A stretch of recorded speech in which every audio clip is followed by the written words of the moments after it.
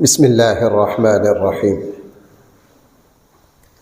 الحمد للہ رب العالمین والصلاة والسلام علی سید الانبیاء والمرسلین وعلی آلہ واصحابہ اجمعین اما بعد۔ رات نماز تراویح میں 24ویں پارے کی تلاوت کی گئی ہے۔ اس پارے کے شروع میں اللہ تعالیٰ نے سب سے پہلے یہ بات ارشاد فرمائی ہے، قرآن کریم نے سب سے پہلے یہ بات فرمائی ہے کہ سب سے بڑا ظالم وہ ہے جو اپنے اللہ کے بارے میں جھوٹ بولے۔ سب سے بڑا ظالم وہ ہے جو کس کے بارے میں جھوٹ بولے؟ بندے کے بارے میں جھوٹ بولنا بدترین گناہ ہے۔ جو شخص اللہ کے بارے میں جھوٹ بولے، اور اس سے بڑا ظالم وہ ہے جو رسول اقدس صلی اللہ علیہ وسلم کے بارے میں جھوٹ بولے۔ اللہ کے نبی نے فرمایا من کذب علی متعمدا فلیتبوأ مقعدہ من النار، جو جان بوجھ کے جھوٹ کی نسبت میری طرف کرے وہ اپنا ٹھکانہ جہنم سمجھے۔ جان بوجھ کے، بھائی کیا؟ غلطی سے نہیں۔ امام مالک جیسے محدث، ابو ہریرہ رضی اللہ عنہ جیسے محدث جان بوجھ کے نہیں، حضور کے روضہ پر بیٹھ کر سبق پڑھاتے، حضور کے روضہ پر بیٹھ کر حضور کے ارشادات سناتے، اچانک اس حدیث کی طرف توجہ جاتی تو بعض دفعہ بے ہوش ہو جاتے کہ کبھی کوئی لفظ اللہ کے نبی کی طرف غلط منسوب نہ ہو جائے۔ بھائی میں آپ لوگوں کے سامنے ہاتھ باندھتا ہوں، یہ سوشل میڈیا کا دور ہے، سنی سنائی باتیں بہت چلتی ہیں اللہ اور اس کے رسول کے بارے میں، اللہ کے نبی کا مجھ پر اور آپ پر یہ حق۔ دیکھو میرے والد کی طرف کوئی غلط بات نسبت کرے، مجھے پتہ چلے، میں بازو چڑھا لوں گا کہ میرے ابا کی طرف غلط بات کی نسبت کرتے ہو۔ تو امام الانبیاء صلی اللہ علیہ وسلم جن کے اوپر ہم سب کے ماں باپ قربان، تو ان کے بارے میں بھائی ہم غلط بات زبان سے کبھی بھی نہیں نکالیں گے۔ قرآن کریم نے کافروں کی ایک بات کا تذکرہ کیا۔ مکہ کے سرداروں نے رسول اللہ صلی اللہ علیہ وسلم سے، آپ کے چچا محترم ابو طالب سے یہ کہا اگر یہ ہمارے بتوں کو برا بلا کہنے سے باز نہ آئے تو ہمارے بت کی پکڑ میں جس دن یہ آ گئے تو ہمارے بت ان کو فنا کر دیں گے۔ یہ دھمکی انہوں نے لگائی۔ اللہ کو جوش آیا، اللہ کی رحمت کو جوش آیا۔ قرآن کریم نے فرمایا الیس اللہ بِعَلِیمٍ، اللہ اپنے بندے کے لیے کافی نہیں ہے؟ تم نے ہمارے حبیب کو لاواری سمجھا ہوا ہے؟ میں اپنی زبان میں کہوں، تمہارے بتوں کی ایسی تیسی ہمارے حبیب کا بال بھی بکا کر دے۔ اور اللہ نے ہجرت کی رات دکھایا، 100 بندے زہر آلودہ تلواریں لے کے، چھوٹا سا گھر اللہ کے نبی کا، پرانے سادہ زمانے تھے، 100 بندہ تلوار لے کے کھڑا ہو، کون بچ کے نکل سکتا ہے؟ اللہ کے نبی نکلے۔ پھر یہ بھی نہیں کہ چلو رات کو نکل گئے، 3 دنوں سامنے غار ثور میں رہے، اور یہ اوپر تک بھی پہنچ گئے، اوپر تک بھی پہنچ گئے۔ چلو پھر بھی کہہ سکتے ہیں غار میں پتہ نہ چلا ہو، رستے میں سراقہ بن مالک بھی پہنچ گیا کہ نہیں؟ اللہ کے نبی کو گرفتار کرنے کے لیے اللہ کے نبی نے، اللہ تعالیٰ نے پھر اپنے حبیب کو ان کے جانوں سے نکال کے دکھایا۔ قرآن نے فرمایا کیا اللہ تعالیٰ اپنے بندے کے لیے کافی نہیں ہے؟ اور بھائی علماء نے یہاں ایک بڑا پیارا نکتہ لکھا ہے، فرمایا کہ اگرچہ یہاں بطور خاص حضور مراد ہے، لیکن حضور علیہ السلام کے بعد حضور پر ایمان لانے والا وہ ہر مسلمان بھی مراد ہے۔ دین کی وجہ سے جس پر آزمائش آئے یا کسی بندے کو غلط کام کرنے پر مجبور کیا جائے، وہ جھوٹ اور باطل اور ظلم کے سامنے ڈٹ جائے، تو جس طرح اللہ تعالیٰ اپنے حبیب کے لیے کافی ہو گئے، اسی طرح اللہ تعالیٰ اپنے بندوں کے لیے بھی کافی ہوگا۔ اللہ تعالیٰ اپنے بندوں کے لیے بھی کیا ہوگا؟ کافی ہوگا۔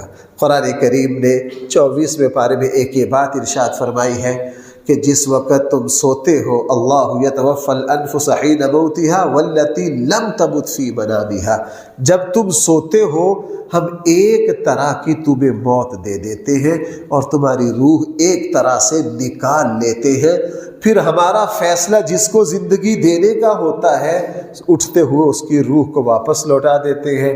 جس کے بارے میں ہمارا فیصلہ نہ ہو تو جناب ہمارے یہاں کہتے ہیں فلانا تو ستا ہی رہ گیا، فلانا تو سویا ہی رہ گیا ہے۔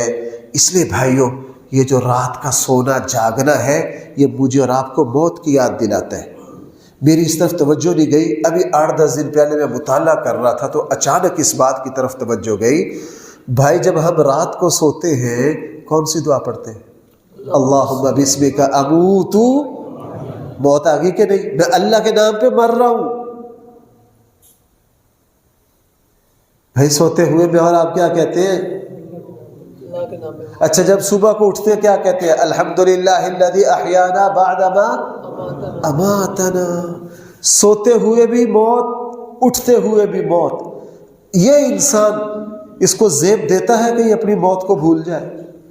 جو دن رات سوتے ہوئے دعا پڑھ کے کہتا ہے میں ابھی مرا اور ابھی جیا، تو بھائی اس مسلمان کو زیب نہیں دیتا کہ یہ کبھی بھی اپنی موت کو بھول جائے، کبھی بھی اپنی موت کو بھول جائے۔ قرآن کریم نے 24ویں پارے میں قرآن کی سب سے رحمت بھری وہ آیت بھی ہے۔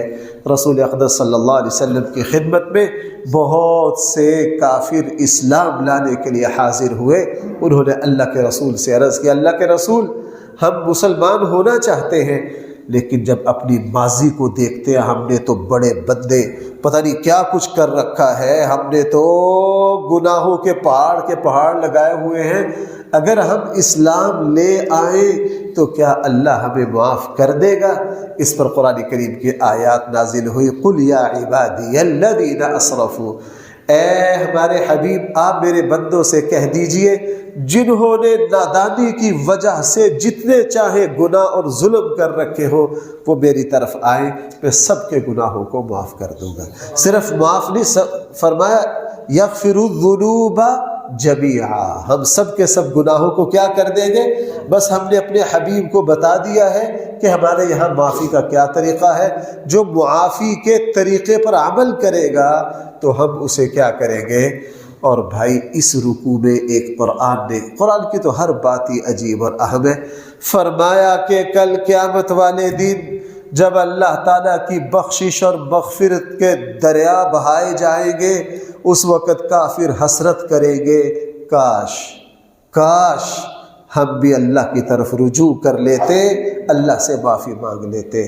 میرے بھائیوں بعض بندے بڑے قریب ہوتے ہیں، بندہ دور سے ان سے عداوت رکھتا ہے، جب ان کے قریب جاتا ہے احساس ہوتا ہے یار یہ تو اتنے نرم، یہ تو اتنے مہربان، ہمارے اللہ اتنے کریم، ہمارے اللہ اتنے مہربان، ہمارے رب اتنے مہربان کہ جس وقت اللہ تعالیٰ کی رحمت کی ہوائیں چلے گی تو کافر بھی حسرتیں کرے گے، ہماری بدبختی، ہم اس ذات سے بھاگے جو ہمیں دنیا میں نوازنے کے لیے تیار بیٹھی تھی۔ زہ نصیب رمضان میں مسلمان اللہ کی طرف رجوع کر رہے ہیں، اللہ تعالیٰ نے آپ کو اور مجھے توفیق دے رکھی ہے، ہم یہاں ہر وقت اللہ کی ذات کی طرف بھائی کیا کر رہے ہیں؟ رجوع کر رہے ہیں۔ قرآن کریم نے ایک یہ بات ارشاد فرمائی ہے، لوگوں حقیقی معنی میں اس بندے پر اللہ کا سب سے بڑا انعام ہو گیا جس کو اللہ نے 2 باتیں دے دی، نمبر 1 ایمان، نمبر 2 تقوی۔ بھائیو میرے پاس الفاظ نہیں ہے، میں کس طرح آپ کو یہ حقیقت سمجھاؤں۔ جس مسلمان کے پاس 2 چیزیں ہیں بھائی، نمبر 1 ایمان، نمبر 2 تقوی، وہ بڑا قابل رشک مسلمان ہے۔ جس کے پاس ایمان ہے اور اس کے بعد وہ متقی بن گیا۔ تقوی کیا ہے؟ تقوی علاج اور پرہیز کا نام ہے۔ اللہ نہ کرے فلاں صاحب دل کے مریض ہیں، وہ کچھ چیزیں کھاتے ہیں، کچھ چیزوں سے بچتے ہیں۔ بھائی ایسا کیوں کرتے ہو؟ مجھے ڈاکٹر نے کہا ہے آپ یہ کھا سکتے ہیں، یہ نہیں کھا سکتے۔ اس کو کہتے ہیں صحت کا تقوی۔ دین کا تقوی بھی یہی ہے۔ جو مسلمان یہ دیکھتا ہے مجھے اللہ اور اس کے رسول نے یہ کام کرنے کی اجازت دی ہے، ان سے بچنے کا حکم دیا ہے، یہ تقویٰ ہے۔ سادہ سی تشریح ہے، یہ تقویٰ ہے۔ تو سب سے بڑا سعادت مند وہ ہے بھائی جس کے پاس کیا ہو؟ ایمان ہو، اور نمبر 2 کیا ہو؟ تقویٰ ہو۔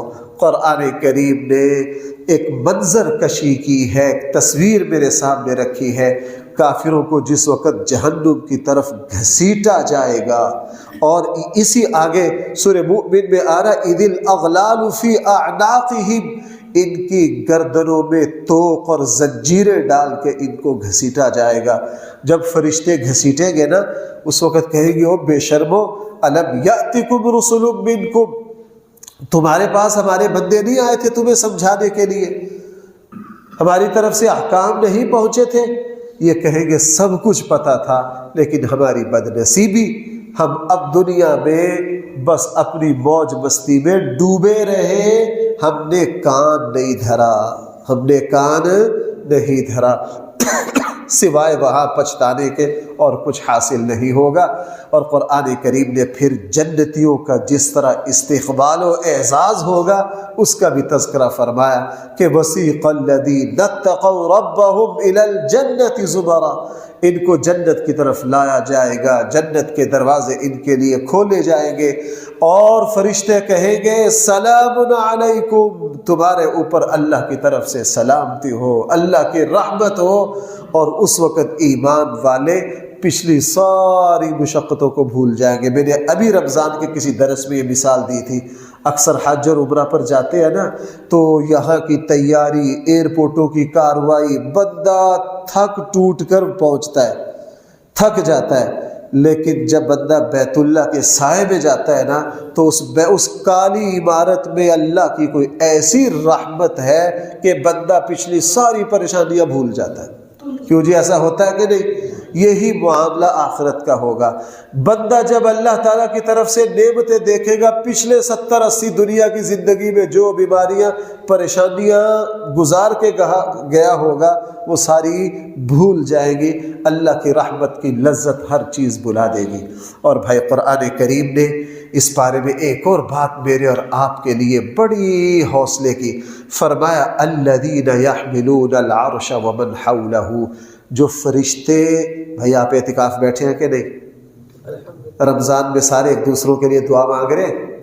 اب آئیے ذرا یہ بات سنیے، وہ فرشتے یحملون العرش ومن حولہ، جو اللہ کے عرش کے دائیں بائیں ہیں، کیا کر رہے ہیں؟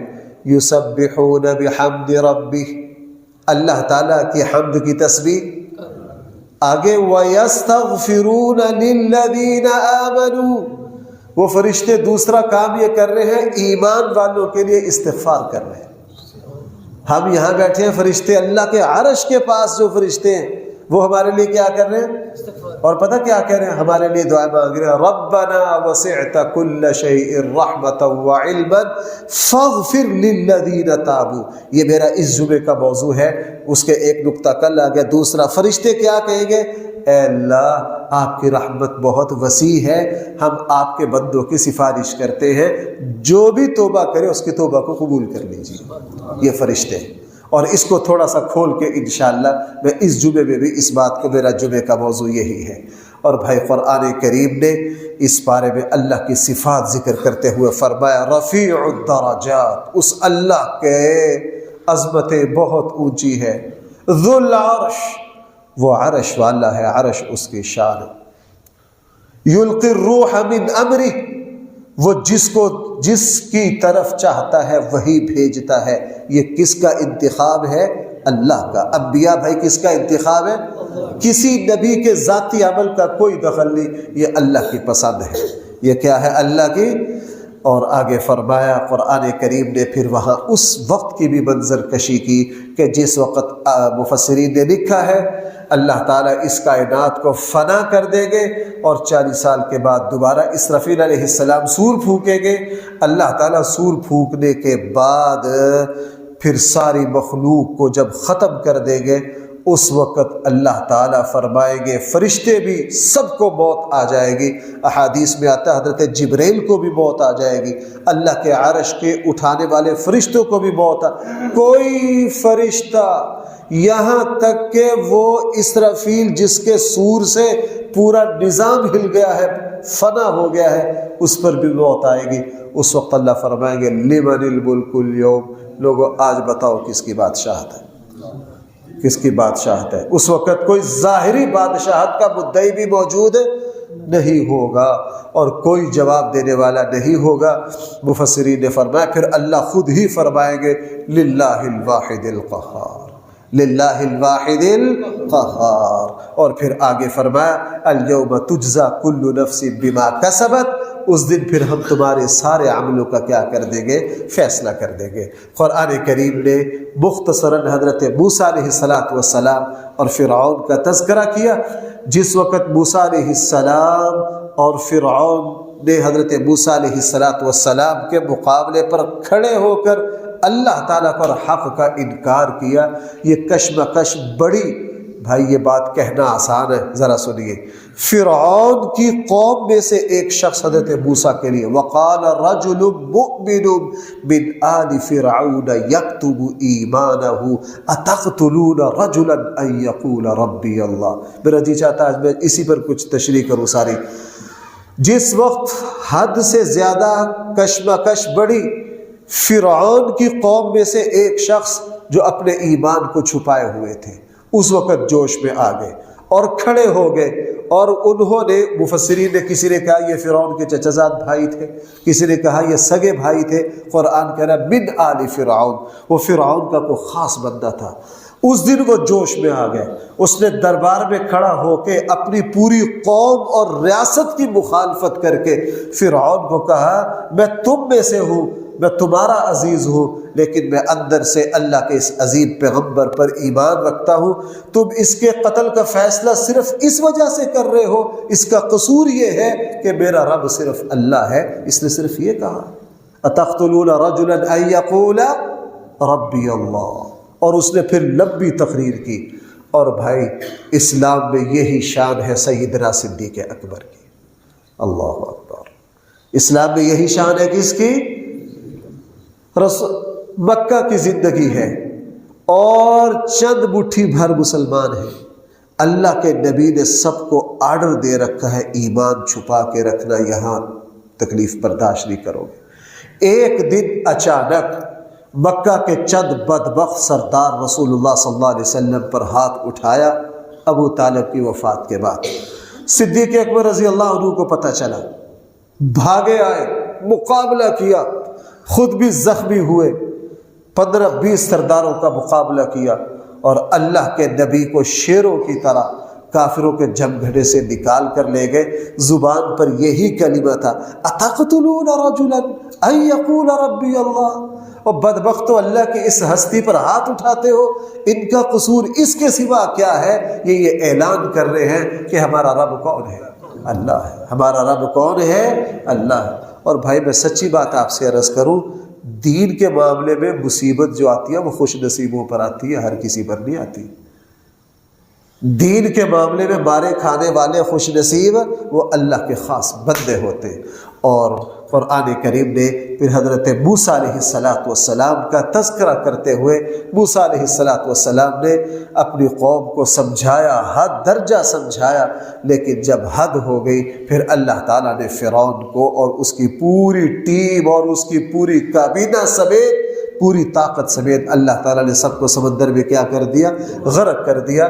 لیکن یہاں قرآن کریم نے ایک عجیب بات کا انکشاف کیا۔ قرآن کریم نے ارشاد فرمایا جس دن ہم نے فرعون کو، بھائی توجہ کرنا، جس دن ہم نے فرعون کو غرق کیا اس دن سے ہر روز، قیامت ابھی بڑی دور ہے، النار یعرضون علیہا غدوا وعشیا، صبح شام ہم فرعون اور اس کے ماننے والوں کو آگ کے اوپر پیش کرتے ہیں۔ وَيَوْمَ تَقُومُ السَّاعَةُ، یہ قیامت تک ہوتا رہے گا۔ أَدْخِلُوا آلَ فِرْعَوْنَ أَشَدَّ الْعَذَابِ، جب قیامت قریب آئے، جب قیامت آئے گی پھر ہم ان کو قیامت کے عذاب کے حوالے کر دیں گے۔ بھئی آپ سمجھے نہیں، اس سے پتہ چلا قیامت سے پہلے بھی ایک عذاب ہے، اور قیامت سے پہلے جو عذاب ہے اسی کو عذاب قبر کہا جاتا ہے۔ اسی کو کیا کہا جاتا ہے؟ اللہ معاف فرمائے، ہمارے یہاں ایسے لوگ بھی ہیں جو عذاب قبر کے منکر ہیں۔ رسول اللہ صلی اللہ علیہ وسلم نے کیا فرمایا؟ القبر روضۃ من ریاض او حفرۃ من حفر، قبر جنت کے باغوں میں سے ایک باغ ہے یا جہنم کے گڑھوں میں سے ایک گھڑا ہے۔ اس لیے قیامت تو بہت دور ہے، اس سے پہلے بھی اسی لیے ہمارے آقا صلی اللہ علیہ وسلم نے عذاب قبر سے پناہ مانگی ہے، اور فرمایا کہ پاکی ناپاکی کا خیال نہ کرنا یہ انسان کو عذاب قبر میں مبتلا کر دیتا ہے۔ اس لیے رسول اللہ صلی اللہ علیہ وسلم نے عذاب قبر سے، ویسے قرآن کریم کی 4 آیات ہیں جن سے قبر کا عذاب ثابت ہے، اور رسول اللہ صلی اللہ علیہ وسلم کی 10 احادیث ہیں۔ اس لیے یہ کہنا کہ مرنے کے بعد برزخ کی کوئی زندگی نہیں ہے، بھائی یہ بات بالکل غلط ہے۔ قرآن کریم نے اس بارے میں ایک ہی بات ارشاد فرمائی ہے، اے ہمارے حبیب صلی اللہ علیہ وسلم، آپ لوگوں کو کہہ دیجئے کہ تم مجھ سے دعا مانگو، میں تمہاری دعاؤں کو کیا کروں گا؟ قبول کروں گا۔ جو مجھ سے دعا نہیں مانگے گا میں اس سے ناراض ہوں، اس کو جہنم میں پھینکوں گا، میں اس سے کیا ہوں؟ اور ایک بات یہ ارشاد فرمائی ہے، اللہ تعالیٰ نے تمہاری شکلیں بنائی ہیں، فَأَحْسَنَ صُوَرَكُمْ، صرف شکلیں نہیں بنائی، اعلیٰ ترین شکل بنائی ہے۔ اللہ تعالیٰ نے احسن کہا ہے، بھائی کیا؟ احسن صورکم، ہم نے تمہاری شکلوں کو بہت، اللہ یہ جو چہرہ ہے نا، حدیث میں ہے یہ اللہ کے نوروں میں سے ایک نور ہے۔ صحیح مسلم میں ہے، کسی مسلمان کے، کسی انسان کے، مسلمان کسی بھی انسان کے چہرے پر نہ مارو، چونکہ اللہ تعالیٰ نے اپنے تجلیات خاصہ سے انسان کا چہرہ، ہاں یہ اللہ کی قدرت کا شاہکار ہے۔ اللہ کی قدرت کا کیا ہے؟ شاہکار ہے۔ اس سب کے چہرے کا طول و عرض ایک جیسا ہے، اور سب کے ہونٹ ایک ہی جگہ ہے، ناک ایک ہی جگہ ہے، آنکھیں 2 ہی ہیں، اس کے باوجود اللہ نے شکلیں مختلف، اور حسن و جمال میں بھی کوئی کمی نہیں آئی، حسن و جمال میں بھی کوئی کمی نہیں آئی۔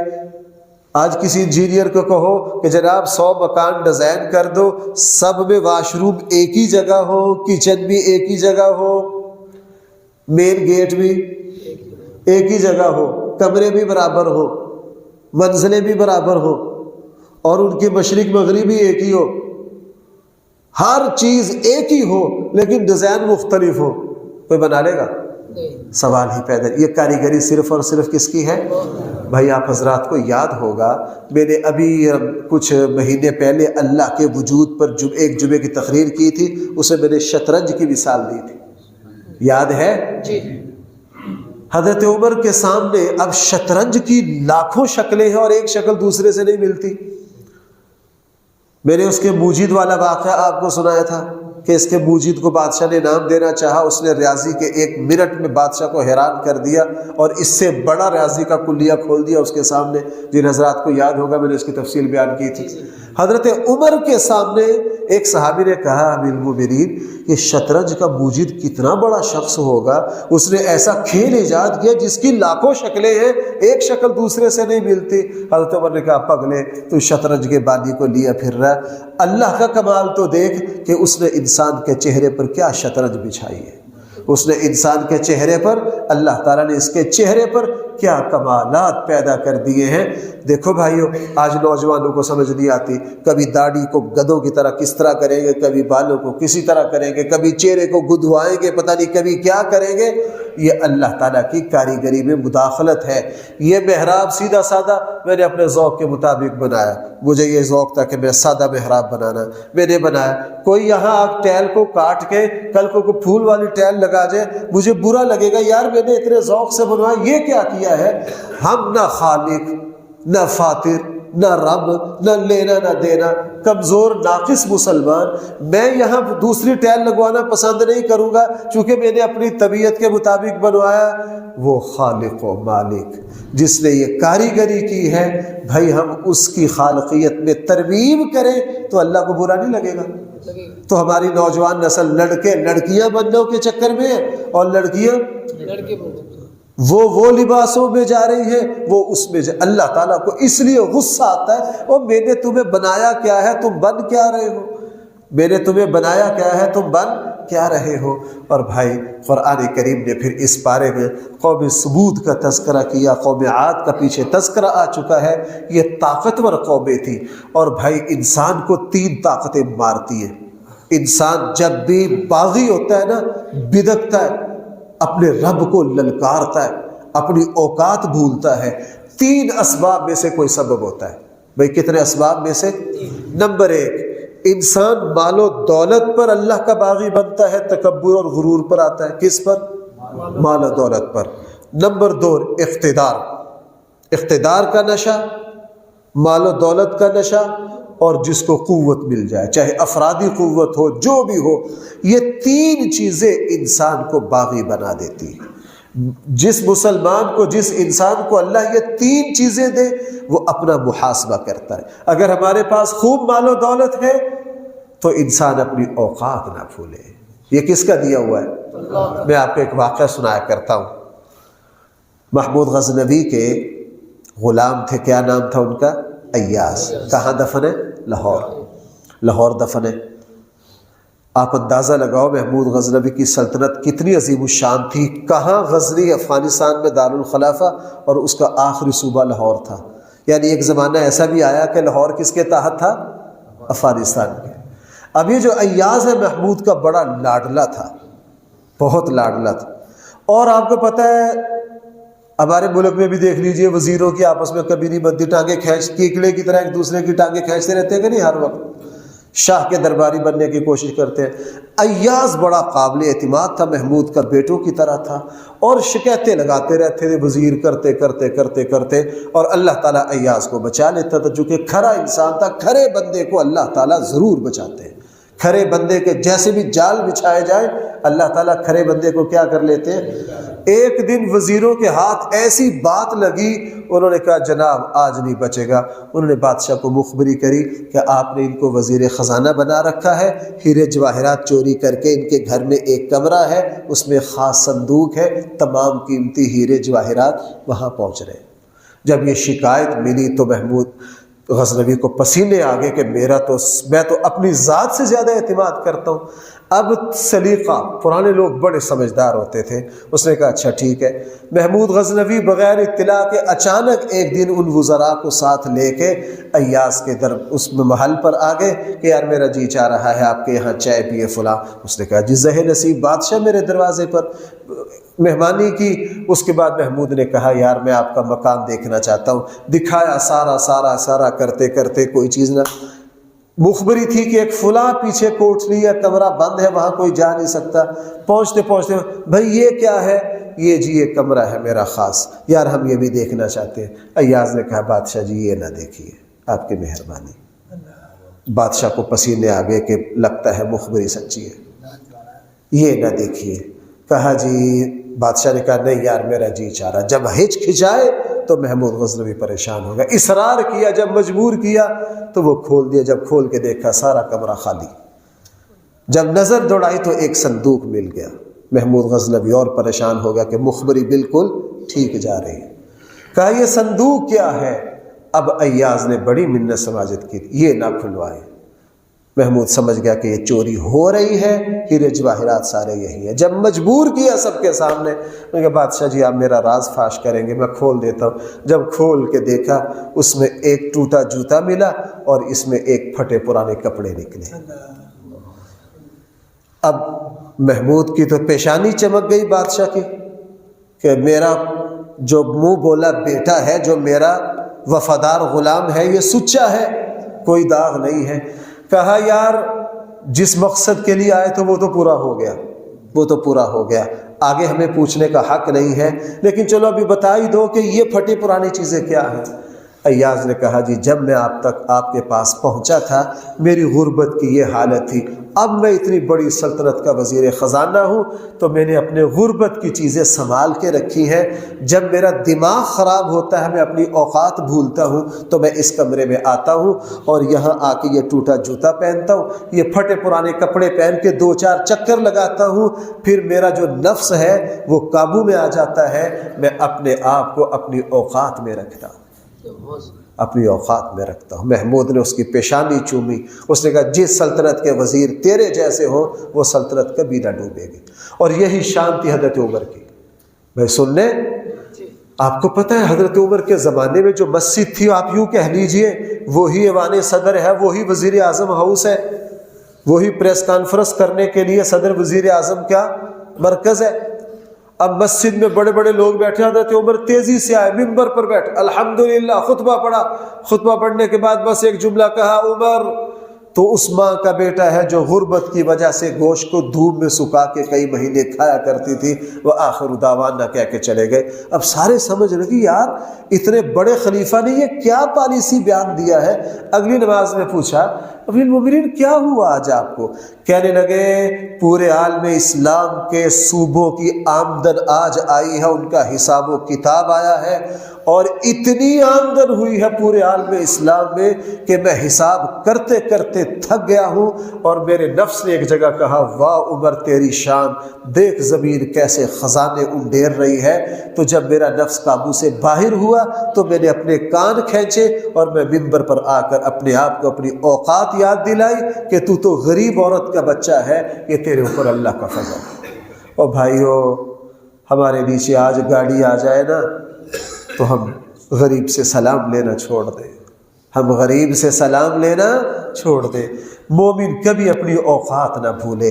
انسان کو پیسہ اوقات بھلاتا ہے، طاقت بھلاتی ہے، اور حکومت کا نشہ بھلاتا ہے۔ قرآن کریم نے قوم سمود قوم عاد کے تذکرے میں ان تینوں باتوں کا تذکرہ کیا ہے، اور بھی کئی باتیں ہیں بھائی جتنی کہی گئی ہیں اللہ تعالی ہم سب کو ان پر عمل کی توفیق عطا فرمائے۔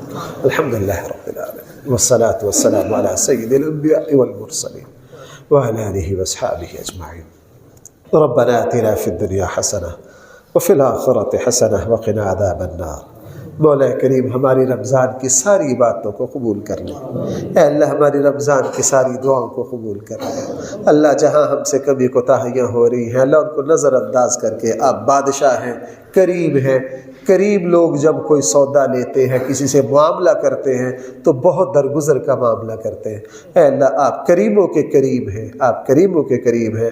ہماری ٹوٹی پھوٹی قرآن سننا سنانا، یہ صبح کا خلاصہ، اعتکاف، عبادات، سحری افطاری، اللہ یہ پیوند لگی عبادتیں، یہ کھوٹے سکے، اے اللہ انہی کو قبول کر لیجیے، اے اللہ انہی کو قبول کر لیجیے۔ رمضان کی ساری برکتیں، شب قدر کی ساری برکتوں سے ہم سب کی جھولیاں بھر دیجیے۔ اے اللہ اس مسجد کو قیامت تک ہم سب کا صدقہ جاریہ بنا دے۔ اللہ ہم آج ہیں کل نہیں ہے، پتہ نہیں ہماری زندگی کب ختم ہو جائے۔ اے اللہ اس مسجد کو قیامت تک ویران نہ ہونے دینا۔